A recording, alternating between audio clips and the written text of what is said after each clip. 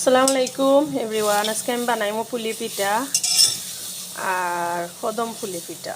তো তার লাগে আমি নাইকলরে বাইজা মরচা গুড় দিয়া একটু লাল করে নিমু। তো তখন আপনারা সাথে থাকবা। তো আমি কেন দিছি আধা কেজি পরিমাণ গুড় আর একটা নারকেল।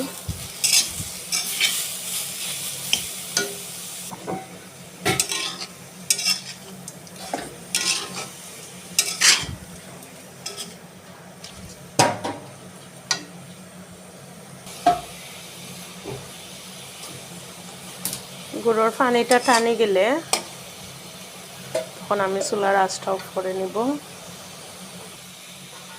তো বন্ধুরা দেখো আমার প্রায় পানিটা শুকাই গেছে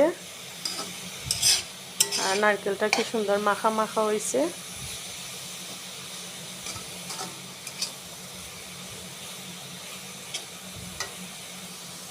তো আমি আমার চুলার আঁচটা নিবাইয়া দিলাইছি। আমার নারকেলটা হয়ে গেছে আলহামদুলিল্লাহ। তো বন্ধুরা এখন আমি পুলি পিঠার জন্য আমি খাই বানাইলাম। তো আমি প্রথমে হালকা একটু লবণ দিয়ে পানিটা গরম করে নিলাম। এখন আমি গুঁড়িটা দিয়ে দিব।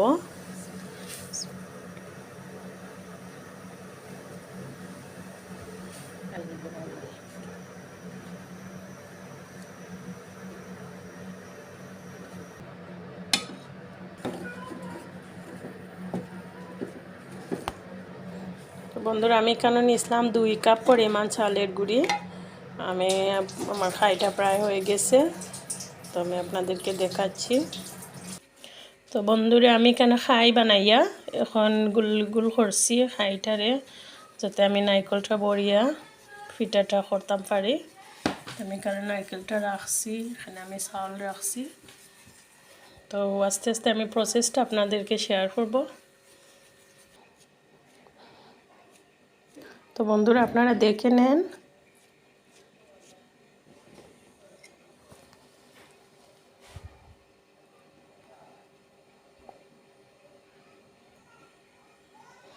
প্রথমে আমি এভাবে করছি, পরে আমি গোল শেপটা দিয়ে দিব।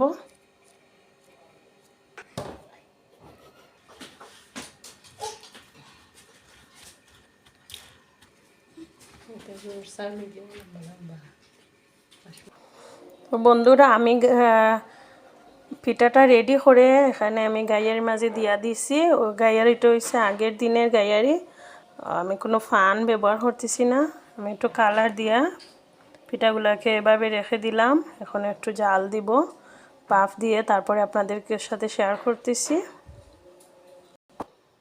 তো বন্ধুরা দেখো আমার কদম ফুল পিঠাটা মাশাআল্লাহ অনেক সুন্দর সিদ্ধ হয়ে গেছে, বাপা হয়ে গেছে। এখন আমি না পরিবেশন করে আপনাদের দেখিয়ে দিচ্ছি। তো বন্ধুরা দেখো আলহামদুলিল্লাহ আমার পিঠাটা অনেক সুন্দর হয়েছে।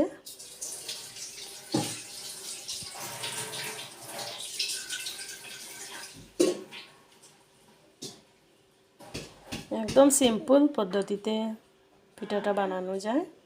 আমি আমার ঘরের চাল দিয়ে বানিয়েছি। আমি বাসমতি চালটা আমার ঘরে নেই, তার জন্য আমি আমার ঘরের চালটা দিয়েছি।